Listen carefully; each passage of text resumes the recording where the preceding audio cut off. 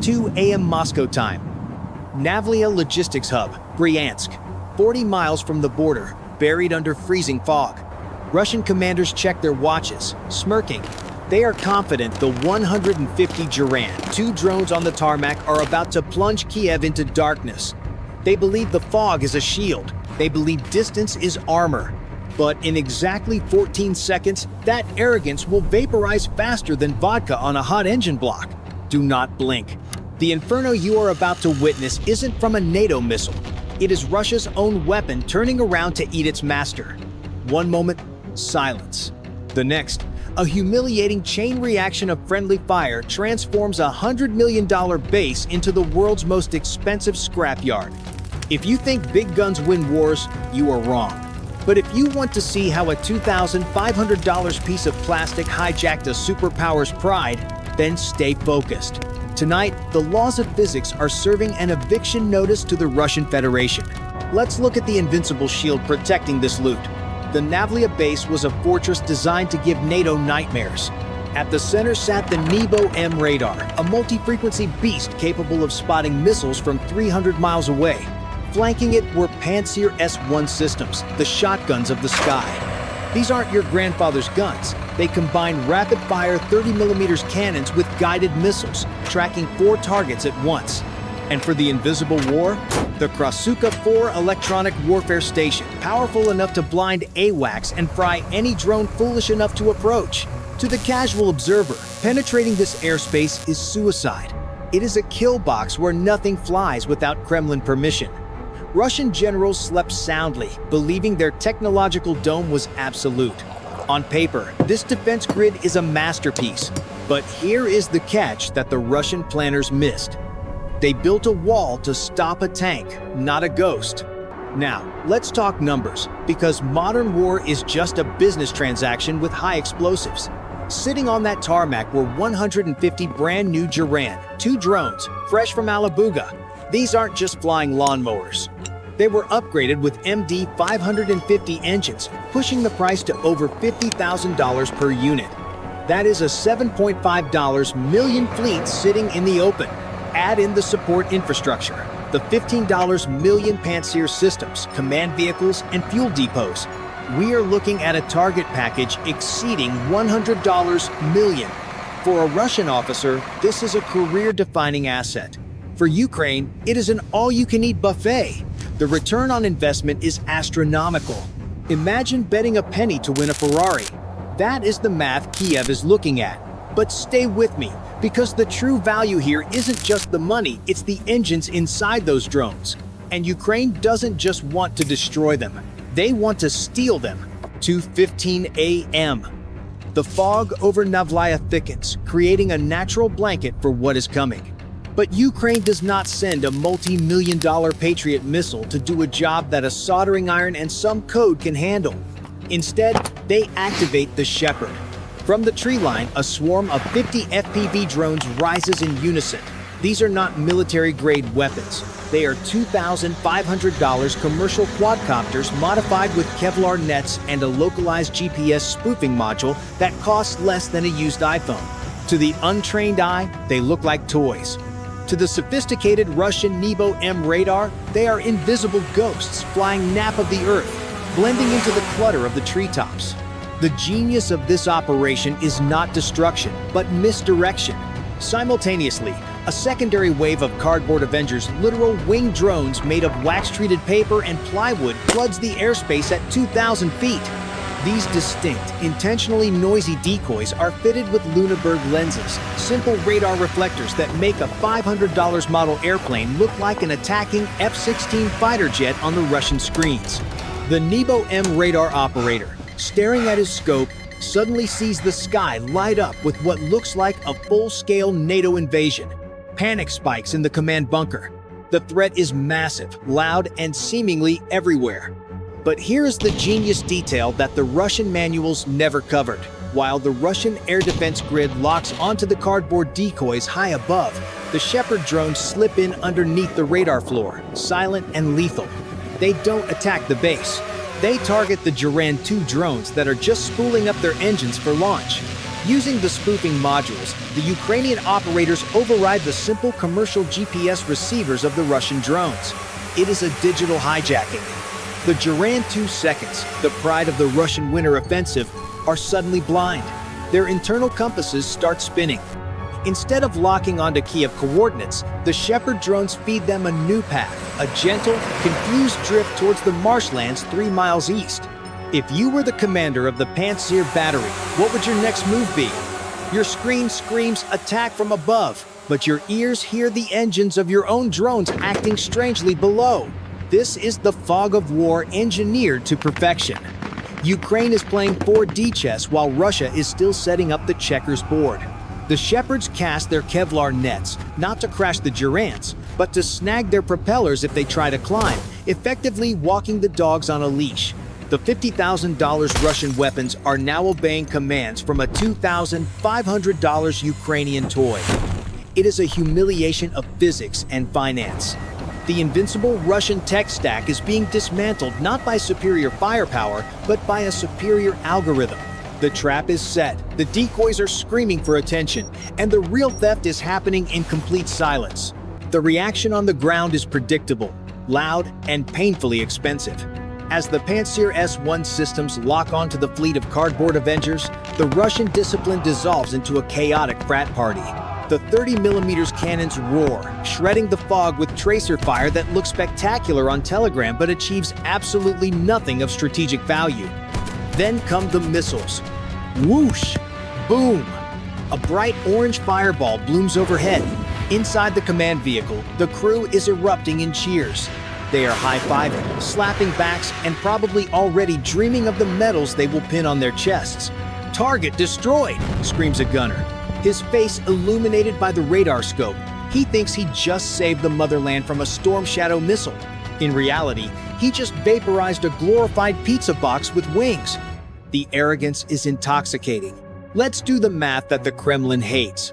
That single interceptor missile cost roughly $170,000. The target costs less than a used washing machine. Russia is literally burning through its GDP to fight arts and crafts. But here is the twist that makes this mission a masterclass in psychological warfare: the noise. The sheer, deafness-inducing roar of the Pantsir's firing is exactly what Ukraine wanted. It drowns out the hum of the Shepherd drones working quietly in the shadows. The Russians are so fixated on the fireworks show above that they don't notice the silence below. Major Volkov, the base commander, steps out of his bunker, looking up at the burning debris falling like confetti. He smirks, pulling a flask from his coat to toast his victory. He thinks the battle is won. He thinks the Ukrainians walked into his kill zone. Poor Volkov. If he simply looked down instead of up, he would see his prize fleet of Duran 2 seconds slowly, obediently drifting away into the darkness, guided by the very enemy he thinks he just defeated. He isn't winning, he is being distracted while his pockets are being picked. The Russians are celebrating an illusion, depleting their magazines on ghosts, leaving themselves naked for the real punchline. Stay focused, because when the ammo counters hit zero, the laughter stops. Fast forward exactly 168 hours. The Novlaya base is buzzing with the nervous energy of a desperate resupply. Russian logistics teams are frantically trying to replace the missiles wasted on the cardboard Avengers, unaware their nightmare is just waking up. At 3 a.m., the Nebo M radar operator sees a blip, then 12. He checks the signature. His heart rate drops. He smiles. "Friendly return," he announces over comms. Duran Flight 7 Alpha coming home. He recognizes the specific acoustic fingerprint of the MD-550 engine. He sees the friendly IFF code flashing green. No alarms sound. Soldiers continue smoking by the fuel trucks, actually waving at the incoming shapes. It is a picture of fatal complacency. But here is the lethal error that will cost them everything. Those are not Russian drones. Those are Ukrainian Beaver drones, Project Reverse B, surgically implanted with the very MD-550 engine stolen a week ago. Ukraine didn't just steal the hardware, they stole the identity. The IFF transponders have been reprogrammed to sing a digital lullaby to the air defense grid. It is the ultimate Trojan horse. The billion-dollar defensive dome is rendered useless because the Pantsir logic gates are hard-coded to never engage a friendly signal. It is a hack of the highest order, exploiting the rigid Russian command structure where machines are trusted more than men. The illusion shatters only when the lead drone drops below 500 feet. A sentry with thermal binoculars sees the distinct canard wings of the beaver, not the delta shape of the Durand. Traitor! He screams into his radio, but the word is swallowed by the roar of engines shifting into a dive profile. It is too late for ballistics. It is time for consequences. The Russians are paralyzed, caught in the cognitive dissonance of being attacked by the sound of their own victory. The lead drone isn't aiming for the tarmac. It is locked onto the central ammo depot where replacement missiles are stacked. The irony is heavier than the warhead. The very engines built to freeze Ukrainian families are now the delivery system for Russian cremation. Stay with me, because the kinetic energy transfer you are about to see is not just an explosion, it is a receipt for the invoice issued 7 days ago. What follows is a masterclass in thermodynamic violence. The drone's 40 kilograms warhead acts as the primary charge for the world's largest improvised bomb. Striking the solid fuel booster stockpile, it triggers a catastrophic sympathetic detonation. In 3 milliseconds, the chemical potential energy of 50 missiles releases simultaneously. This is no longer a conventional explosion. It is a localized volcanic event. An exothermic reaction blooms at 7,000 meters per second. The hyperbaric shockwave vaporizes the freezing fog instantly, creating a massive vacuum before air rushes back in with the force of a freight train. The 3,000 degrees Celsius thermal bloom sublimes aluminum command vehicles into silver mist before they even hit the ground. The Nebo M radar, that delicate multi-million-dollar eye, is stripped of its antenna arrays by the blast wave shear force. It is blinded by the very munitions it was meant to guide. Sensors 40 miles away register a magnitude 2.1 seismic event. Back at Novlaya, physics applies brutal impartiality.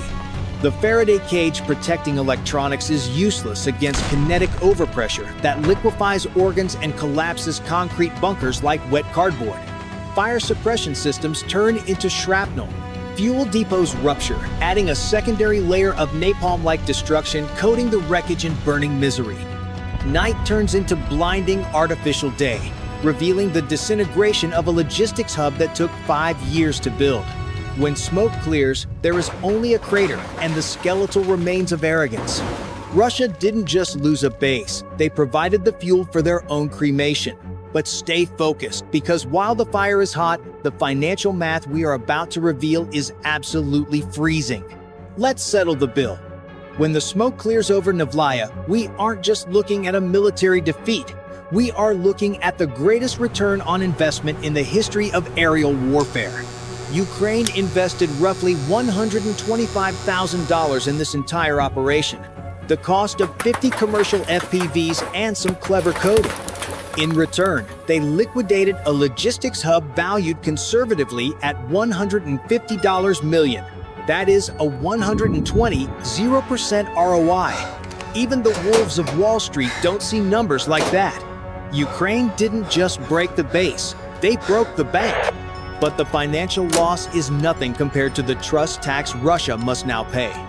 By turning the Durand II against its masters, Ukraine has infected the entire Russian air defense network with a virus of paranoia.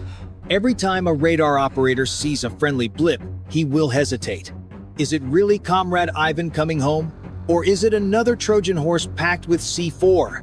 That split-second hesitation is where the next Ukrainian strike package will live and thrive.